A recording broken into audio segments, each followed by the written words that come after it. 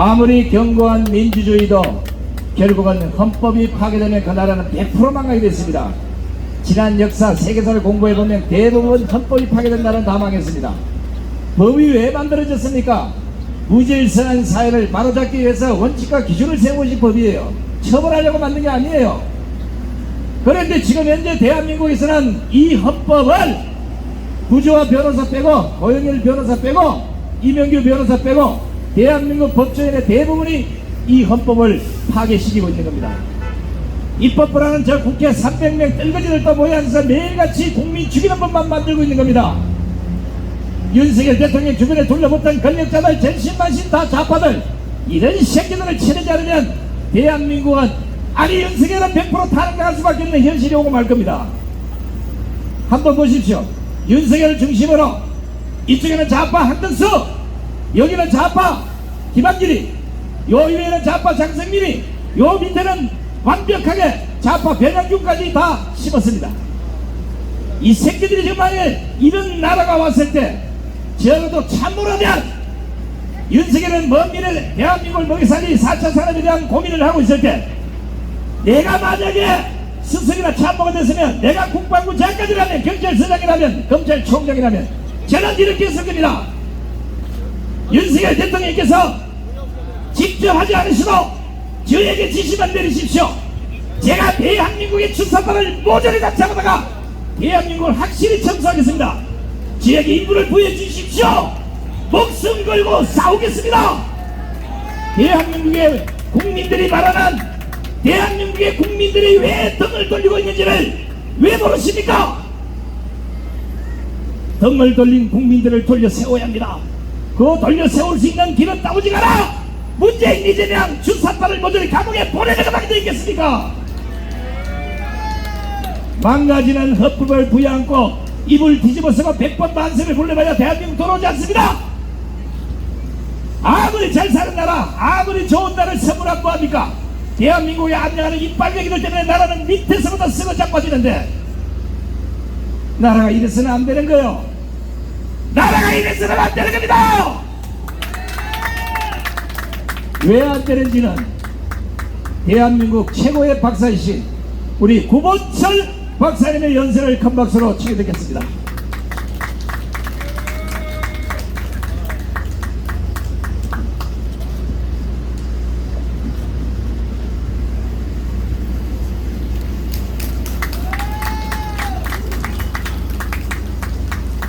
식사하셨습니까? 참 귀한 시간 흐르고 있습니다. 다음 주 8월 15일이면 우리가 해방된 77주년이고 이 대한민국을 건국한 74주년 되는 날입니다. 여기에 지금까지 몇 개월 동안 애써서 서명받고 조직한 1000만 명이 이 자리에 직접 오시거나 아니면 마음적으로 다 함께 하는 날이 바로 다음 주 8월 15일입니다. 저희들은 그날을 기다립니다.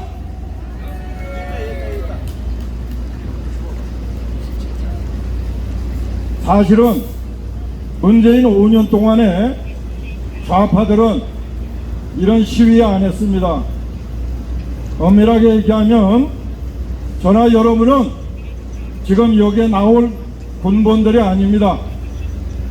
5년 동안에 문재인과 그 수하들은 자기들이 알아서 5년 동안에 이 날을 준비하고 혹시 정권이 바뀌면 다시 뒤집을 수 있는 조직과 자금을 만드는 기간을 5년 동안 보냈습니다.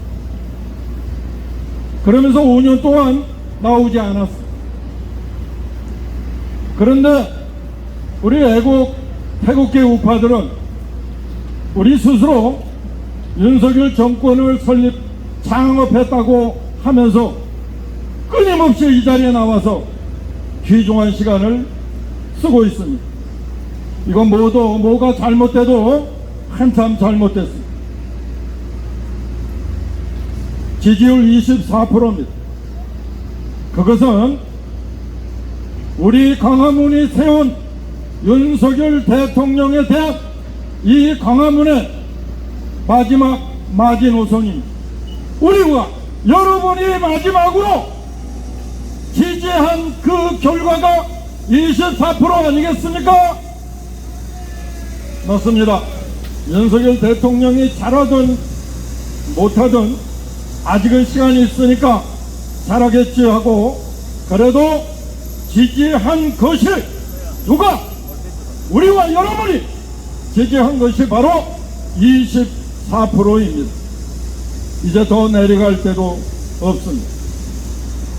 자, 그렇다면 이제 8월 15일 날 그동안 광화문이 하지 않았던 일을 하려고 하는, 광화문은 지금까지 오로지 문재인을 투쟁하는 데만 우리의 모든 정력을 다 쏟았어요.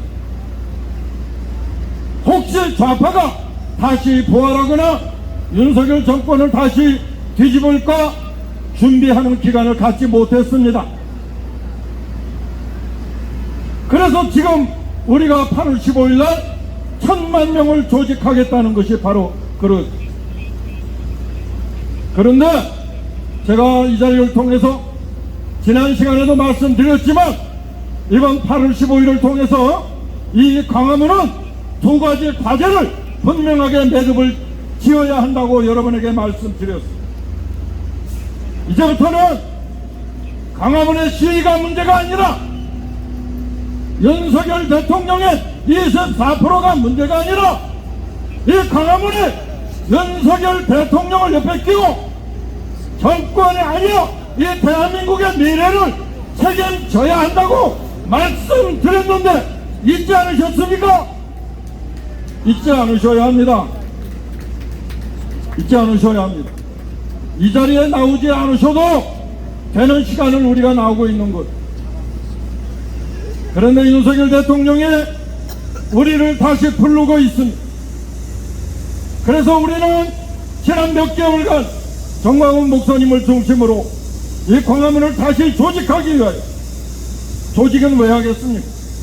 뭔가 힘을 발휘하기 위하여. 힘은 왜 발휘하겠어?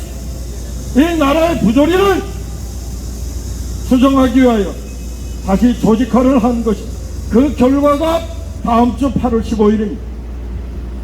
저는 여러분에게 다시 한번 두 가지 과제를 상기시켜 드리고 싶습니다.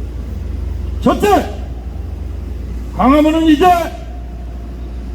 조언하고 충고하고 요구하는 세력. 며칠 전에 어린 아이들한테 물어봤다. 너희 친구가 만일에 잔소리하고 조언하고 충고하면 네 기분 어때? 아이, 조언도 싫고 기분 나쁘고 잔소리도 기분 나쁘고, 그런데 충고는 더 기분 나쁘대. 그런데 이 광화문은 윤석열에게 자꾸 요구만 하는 것입니다. 왜 우리가 윤석열에게 요구만 해야 하는 겁니까?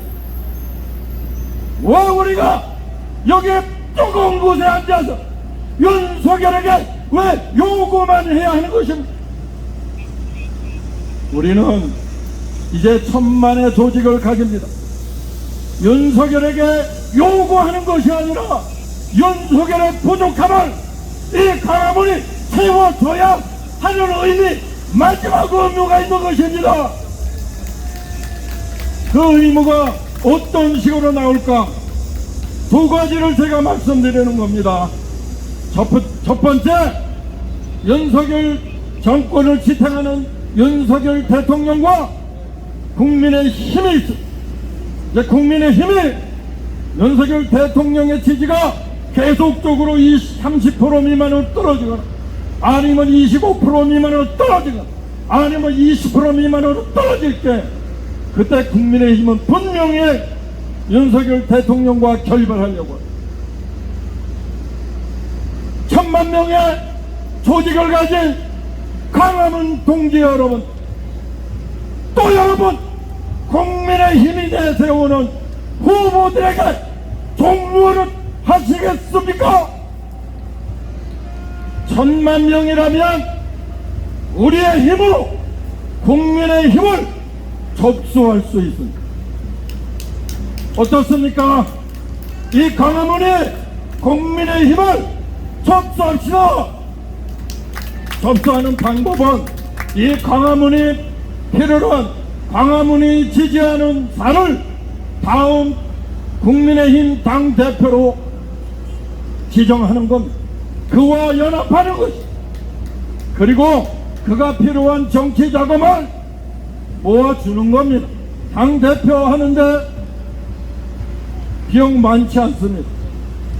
지난번에 경기도 지사 나간 강용석 후보에게 이틀인가 3일 만에, 여러분 얼마나 모은지 아십니까? 22억이 모여. 아직도 이 애국우파는 새로운 인재를 갈급한단 말입니다. 3일 만에 22억을 모집했는데 1000만 명의 광화문이 그까짓 거 자기 국민의힘 당대표 이 우리 태국의 우파와 연합하는 그런 당대표 하나 후원금으로 50억 못 만들어주겠습니까? 그래서 그를 당대표로 세우고 윤석열 대통령의 부족함을 채워서 윤석열 대통령과 이 광화문이 공동으로 이 우파 정권을 이끌어가고 자기도 우리가 정권을 재창출해야 되지 않겠습니까? 또 하나, 주사파를 쫓겨나려면 다음 총선에 201석 차지해야 합니다. 201석 무슨 수로 주사파 척결법을 성립할 것이며 제정할 것이며 무슨 수로 저 좌파들을 척결하겠습니까?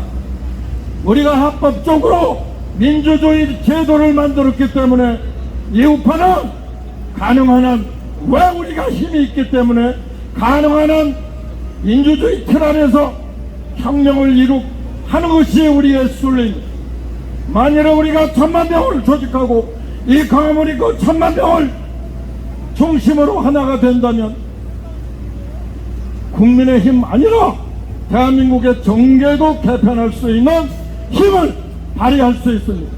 다음 주 15일 이 광화문이 국민의힘 이 우파 정권을 접수하는 그 기적을 여러분에게 기대합니다.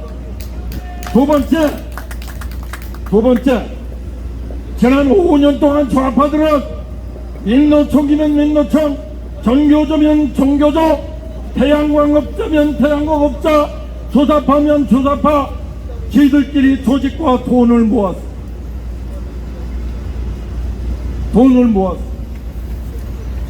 올 1월달에 가스 도입가가 일본보다 70%가 비싸도록 사줬어. 가스 도입하는데 커미션 3% 5%에 어마어마한 돈, 제가 얘기하는 어마어마한 돈이 조 단위가 넘는 돈이 이미 좌파들 수중에 다 들어가 있어. 저들은 국가 돈을 가지고 조직을 다 만들어 놨습니다. 그래서 저들은 그 돈이 발견될까봐 이번에 7조 원을 해외로 보냈습니다. 이제 우리가 수사해야 합니다. 그것이 북한으로 갔던 아니면 부정부패에 의해서 저들 주머니로 빼돌렸던 간에 저거 조사해야 합니다. 윤석열 정권이 조사하리라고 생각하고 우리 광화문이 지원해서 부정한 돈을 모두 환수해야 합니다. 사랑하는 광화문 동지 여러분, 우리 애국우파가 돈이 없습니까? 광영석에게 사흘 동안에 그냥 공중에 날라버리는 돈 22억 원을 몰아줄 애국우파의 애국심과 부족하지만 돈이 있어. 제가 그래서 여러분에게 애국우파도 조직해야 한다. 그래서 저 한샘이 투자한 4천억짜리 여시제 참여연대, 아마도 조단위의 노무현 재단, 경실련, 이런 좌파들을 지들의 인재를 키우는 조직을 만들어야 된다고 얘기했어요. 저는 이번에 8.15 15일 통해서 1000만 명의 광화문이 우리 우파들의 젊은 인재들을 키우는 조직을 만들어 주기를 희망합니다. 저는 그래서 지난번에 말씀드렸듯이 나라의 세금을 빼먹는 것이 아니라 십시일반으로 애국우파의 적극적인 참여를 얘기하며 그것을 제4차 산업혁명 양자혁명을 여러분에게 말씀드리며 양자토 협동조합의 사회주의 협동조합이 아니라 자유주의 협동조합에 참여하기를 간곡히 부탁드리는 것입니다. 이걸 통해서 1000만 명의 애국우파의 인재를 키우는 기본 플랫폼으로 사용해 주기를 희망합니다. 감사합니다. 자, 우리 구원철 박사님도 사실은 국회의원을 지냈던 분이어서 정치에 대한 아픔이나 정치가 잘못되고 있는 걸 누구보다 잘 알고 있습니다. 이게 건전한 민주주의 자꾸 우리가 이렇게 얘기하는데, 민주주의 나라가 제대로 가려고 그러면 누군가는 전문가가 비판하고 누군가는 잘못 가고 있는지를 채찍을 하고 이런 걸 기다마 들을 줄 알라는 거예요. 그런데 문재인 정부는 출범하자마자 자신을 비판하는 손상대 TV부터 시작해서 모조리 노딱에, 심지어는 이름도 없이 만들어서 거지를 만들었습니다. 그것도 안 돼서 우파 인사 300명이 넘는 사람을 감옥에 가뒀습니다. 윤석열 정권, 지금 현재도 자행되고 있는 우파